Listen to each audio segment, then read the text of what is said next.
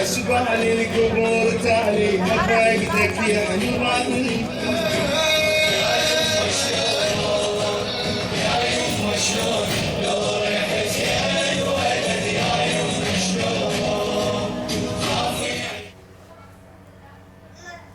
شهداء وقادة المعاوية.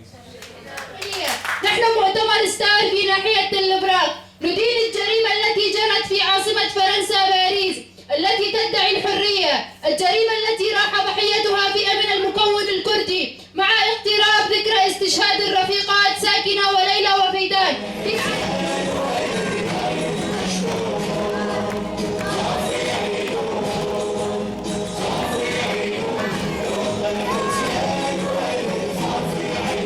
حيث استشهد رفاقنا المدنيين وذلك خرق واضح للقوانين الدولية وحقوق الإنسان، وللمرة الألف تخالف تركيا قوانين والإعراف الدولية ضد الكرد سواء كانوا مدنيين أو عسكريين، وهذا دليل واضح على فاشية وعدم قدرته على التعايش وقبول حرية المجتمعات.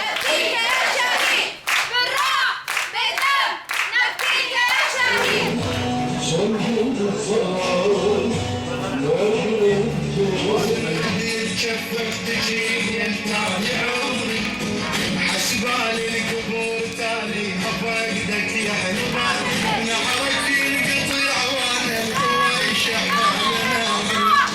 باسم الإنسانية وحرية الإنسانية، باسم السلام وصانعو السلام، نحن مجلس بلدة سميحان غربي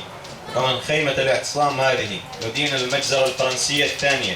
بحق رفاقنا الكرد ورفاقنا في مزيج الأمة الديمقراطية أخوة الشعوب التي تطالب بالحرية والسلام وترتكب بحقها أبشع أنواع الجرائم للمحاولة من عرقلة وصول هذه الشعوب